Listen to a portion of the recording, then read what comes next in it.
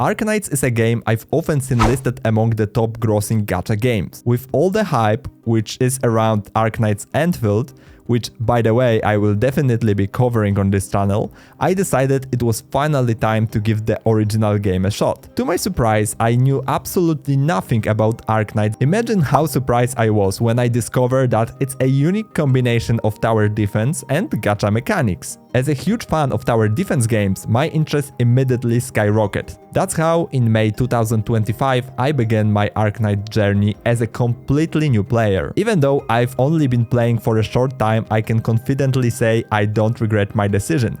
It feels like the game I've been waiting for all along, one that already existed without me realizing it. In this video, I will share my experiences as a total beginner, someone who didn't dive into tier lists and guides before starting. Most of what I've learned has been through simply playing the game. Sure, my approach obviously might not be the most optimal, but who cares when I'm having so much fun, and trust me guys, I'm having so much fun. The game starts off simple.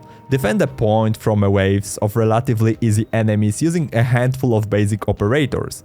As you progress, new mechanics are introduced, enemies are explained, new enemies, new type of enemies, and you are shown how to interact with the environment to your advantage. I already hate this armored fucking anyway. The difficulty ramps up fairly quickly, requiring some effort and active engagement. A major help which is in a game, like the major mechanic which is able to help you as a beginner, is the ability to borrow units from other players. These supported operators can often turn the tide, especially early on, and borrowing them doesn't seem to cost anything.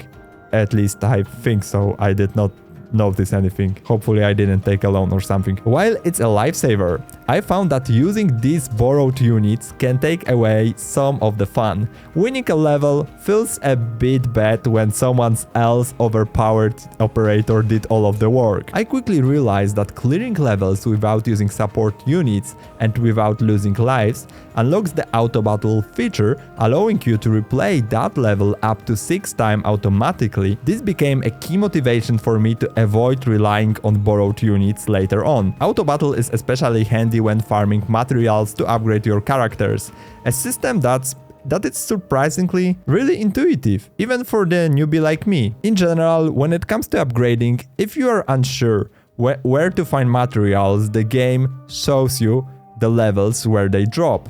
Upgrading operators involve leveling them up with in-game currency and XP, then promoting them to something which is called Elite 1. Once you promote a character to Elite 1, you unlock new abilities, and higher tier operators, like 4 stars and above, can even reach Elite 2. However, it's extremely difficult. Well, not difficult, it just uses a lot of resources to get the Elite 2. I did not manage to do that yet, but what's worth to mention, I can do it, because as a beginner, I got one item which actually allows me to boost selected operator straight up to Elite 2, but I don't know on which operator I should use it.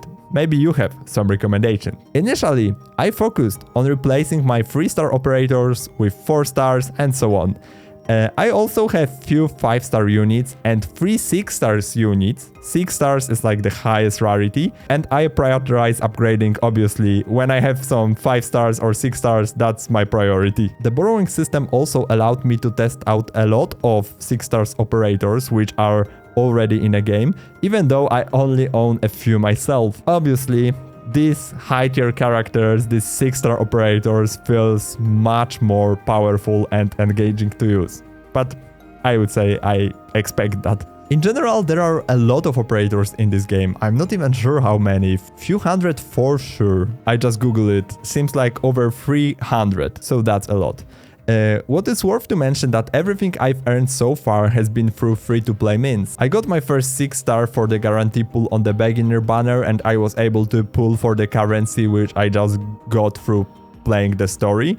The second I got from a special event, and the third from a beginner's reward item. I haven't summoned much since. I'm saving for characters whose designs really catch my eye. When it comes to monetization, despite being a gacha game, Arknights doesn't bombard you with aggressive shop ads. I opened the shop out of curiosity and I immediately noticed the skins. Bro, they looked so amazing. The skins are probably make me broke sooner or later. But my whole point is there are no annoying limited time offer or, you know, buy it before it disappears, whatever. I did not notice any of such pop-ups disturbing your gameplay, and this monetization feels refreshingly non-intrusive, which I found kinda surprising for the gacha game. It's something which I do not expect from the gacha game, and it's nice to notice that there are still games who did not need to push monetization in every step to still being able to earn a lot of money. Plenty of premium currency, which you can later use for the summoning, can be earned just by playing the game and progression through the story. It makes me feel that this game is free-to-play friendly, but it's really hard to say. As I said, my perspective is only as a beginner, so maybe you have different opinion. If you are a veteran of this game, let me know in the comments what do you think. When it comes to story, I will admit I skip all of it, and I know you will probably hate it. It's just not my thing. Like in general, not this particular story. I prefer stories told in a book or movies. I just cannot focus on a story in a game. For me, game is for playing, and when I want to focus on a story, I just read a book or watch a movie. So sorry for that, but yeah, from what I've heard though, the story seems to be really good, but I cannot confirm that because as I said, I skip all of it. The game's art style is fantastic. The character designs are stunning. At the beginning, during the story, I've noticed there are a lot of dark levels, and after a while they kinda look flat, if I can say it. They just look similar to each other. But thankfully event maps often introduce like more vibrant and colorful settings. I also understand that the dark background might be connected to the story and to the general idea of the game. However, I just like colorful maps too. So it's good that they are present in some events. One mechanic that could potentially limit your progress is sanity, and this is a resource which is regenerating over the time, and you need this resource to play most levels.